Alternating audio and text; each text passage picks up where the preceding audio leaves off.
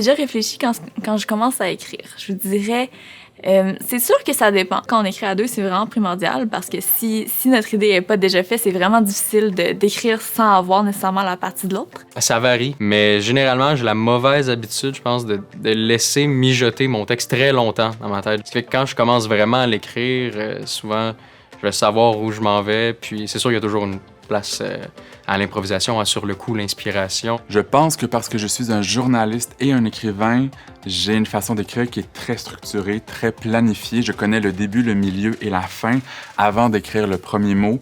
Bien sûr, je connais mon personnage principal comme si je l'avais côtoyé pendant 10 ans. Ça, c'est avant que je commence. Mais en fait, quand je commence par un plan.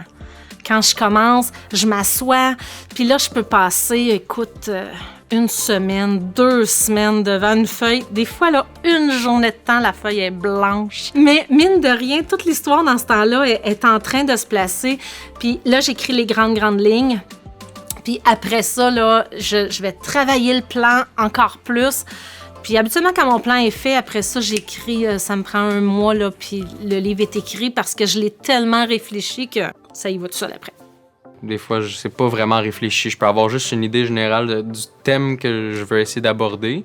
Puis là, je vais écrire quelque chose, puis au fur et à mesure, je vais dire « Ah non, ça, finalement, ce que je viens d'écrire, ça va être plus tard dans mon texte. Il faut que je rajoute des choses avant. » Tu sais, j'écris toute seule. Quand j'écris un premier roman, donc le premier roman d'une série, là, c'est sûr qu'il y a un plus gros plan. J'ai quand même des bonnes lignes en tête.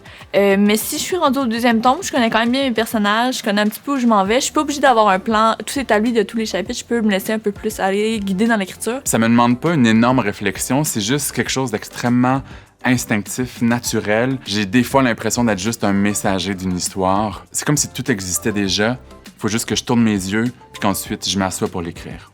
L'importance que j'accorde aux imprévus dans mon processus. Là, j'accorde quand même beaucoup d'importance aux imprévus. Déjà parce que, à la base, j'ai fait aussi beaucoup d'improvisation. Donc, je pense que j'ai cette confiance-là de me lancer dans quelque chose en me disant je vais trouver des idées un peu sur le tas, si on veut. Au niveau des imprévus, je dirais que c'est quand même important. Parfois, on va écrire puis on dirait que nos personnages, il y a des trucs qu'ils ont vraiment le goût de faire, qu'on n'avait pas nécessairement prévu, mais je pense que des fois, c'est vraiment plaisant de se laisser porter un petit peu par ces idées-là qui nous arrivent en écrivant, ou c'est ça, des fois qu'on a l'impression un peu que nos personnages sont comme « oui, j'aimerais vraiment qu'on aille vers là », ben je pense que c'est vraiment important de laisser place à ces imprévus-là parce que souvent, c'est ce qui va rendre l'histoire intéressante. Le plan permet de pas tomber dans la facilité à un moment donné pour se sortir du trouble.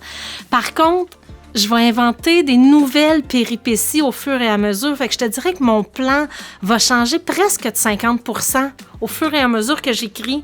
La fin changera à peu près jamais, mais le milieu, là, ça va changer beaucoup. Dans une trilogie que j'ai écrite pour les ados, la trilogie Lily, je devais faire disparaître l'amoureux de Lily à la fin du 2e tome, mais ce personnage-là était tellement vif d'esprit, drôle, attachant, que je me suis dit, t'as pas le droit de lui faire ça, comme s'il existait, de me faire ça, de faire ça au lecteur.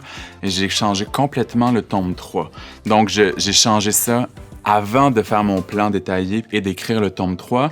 N'empêche que je me suis laissé surprendre en cours de route, puis j'étais très heureux d'écouter cette surprise-là. Comment on sait dans la vie qu'on a un bon sujet? Ben, je te dirais que c'est un peu un coup de dé. Je pense qu'une histoire qui nous parle, qui nous fait vibrer à l'intérieur, mais c'est un bon sujet. Un bon sujet, je pense que ça dépend beaucoup.